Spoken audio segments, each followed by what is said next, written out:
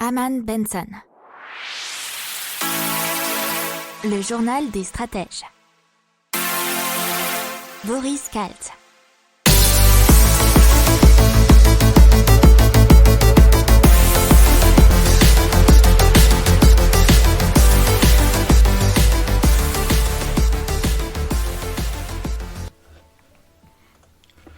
Bonjour à tous, j'espère que vous allez bien. Nous sommes le lundi 18 janvier 2021 et vous écoutez le numéro 27 du journal des stratèges. Au sommaire aujourd'hui, à la une, Total qui va détenir 20% de l'Indien Adani Green Energy, qui est le premier développeur solaire au monde. Dans l'économie, le PIB chinois qui bat le consensus OT4 avec une croissance de 6,5%. Un rapport de France Stratégie qui alerte sur les systèmes électriques en Europe. HSBC qui est sommé de préciser son calendrier de sortie des énergies fossiles.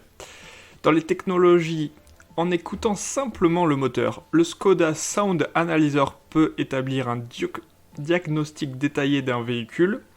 ProofStation, qui est le portique qui scanne votre voiture en 3 secondes. Des posts Facebook qui sont privés de salariés ont servi de preuve pour son licenciement. Dans le développement durable et l'impact, Bibot, la machine qui collecte et recycle les bouteilles en plastique.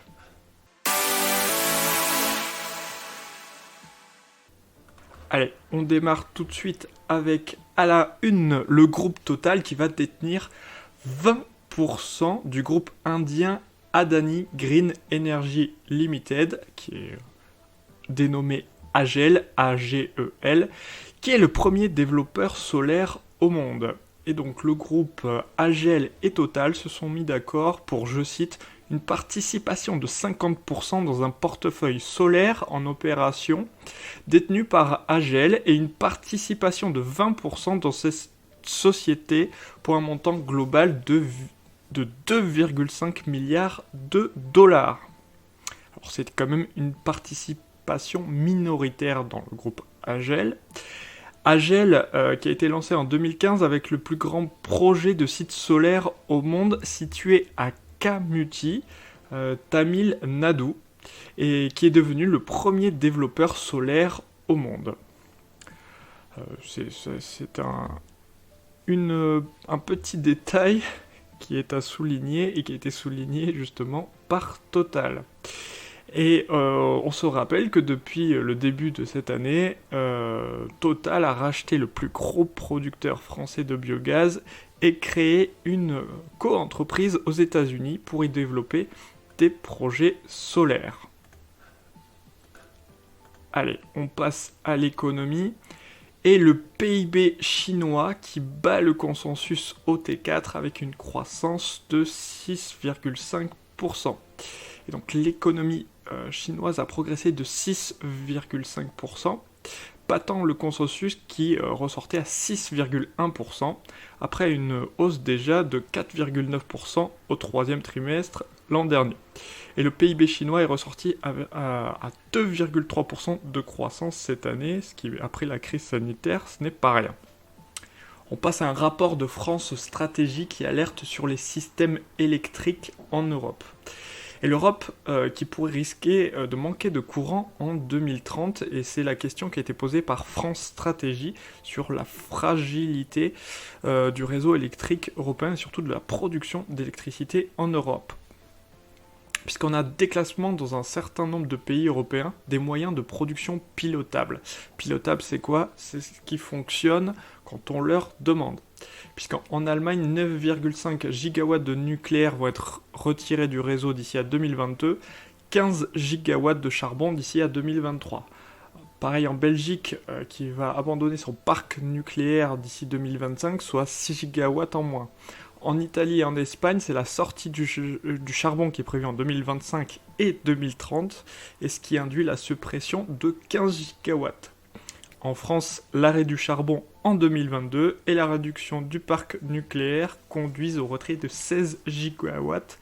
Donc d'ici 2030-2035, c'est plus de 100 gigawatts qui pourraient être retirés du réseau européen. Alors, dans le même temps, les énergies renouvelables devraient fortement monter en puissance, puisqu'apparemment 400 gigawatts seront installés d'ici à 2030. Mais l'importance des volumes déployés est trompeuse, puisque l'essentiel c'est d'avoir de l'électricité au moment où on a le plus besoin. D'où le terme pilotable. Et donc les ENR sont mal adaptés pour cela, et cela à cause de leur intermittence. Et c'est le problème, c'est qu'en fait l'électricité elle est demandée au même moment par tout le monde, donc tout le monde connaît les mêmes pics de demande au même moment, et apparemment il manquerait 7,5 gigawatts en 2030 et 10 gigawatts en 2035. En France, les marges seraient négatives de 5 gigawatts en 2030 et de 9 gigawatts en 2035.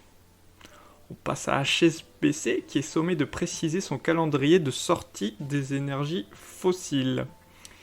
Donc en octobre dernier, la 6e banque du monde et première d'Europe s'était engagée d'ici 2050 à réduire à zéro les émissions nettes de CO2 de son portefeuille de clients.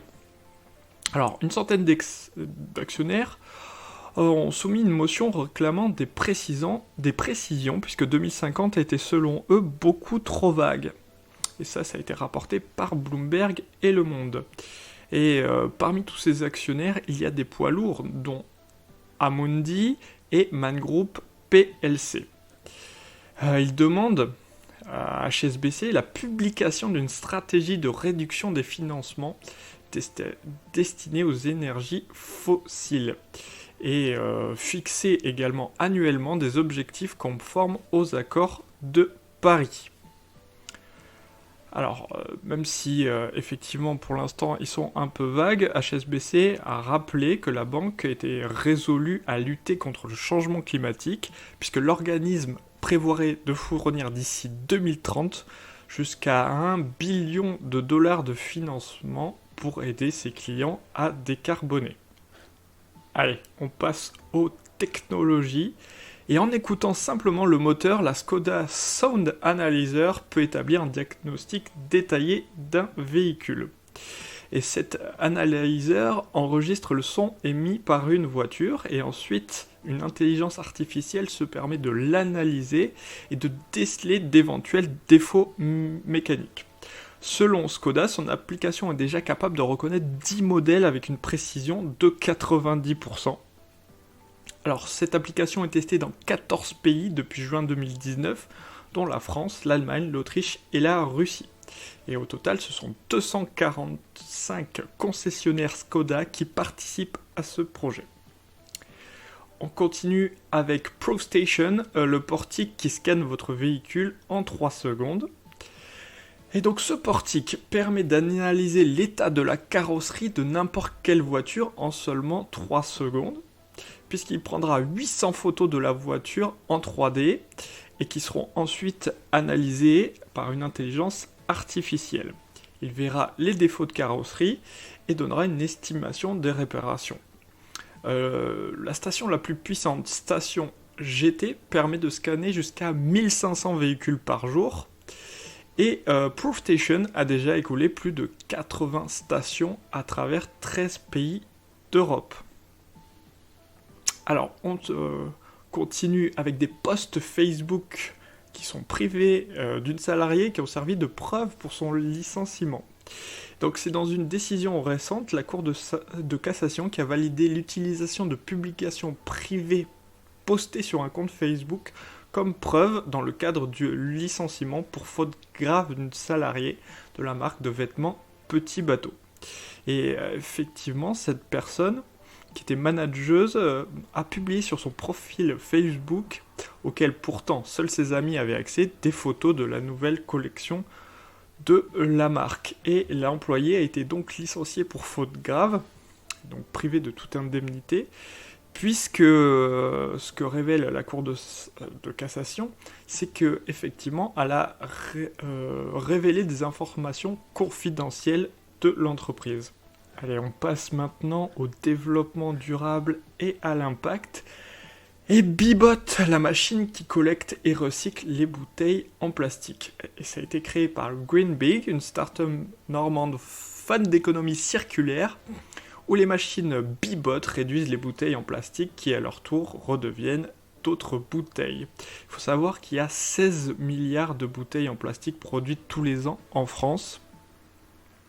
Et on cherche à réintégrer le plus possible les anciennes bouteilles pour en faire de nouvelles. Et c'est ce que cherchent justement à faire tous les industriels, mais ils ne trouvent pas de système vraiment fiable. Et c'est pour ça que on essaye de développer des solutions de recyclage. Mais il faut savoir que le recyclage a un coût très élevé s'il n'est pas subventionné. Pour autant, puisque surtout il y a un autre problème, c'est que les bouteilles sont très encombrantes. Or, on met 25 fois plus de bouteilles en paillettes dans un camion, et c'est là que la start-up Green Big avec Bibot entre en jeu, puisqu'elle transforme effectivement toutes les bouteilles en paillettes. Et donc c'est une production qui est made in Normandie, et qui est donc bien de chez nous, bien de la France. Voilà, c'est terminé pour aujourd'hui. Je vous dis à demain pour un nouveau numéro du journal des stratèges. Très bonne journée et à demain. Ciao!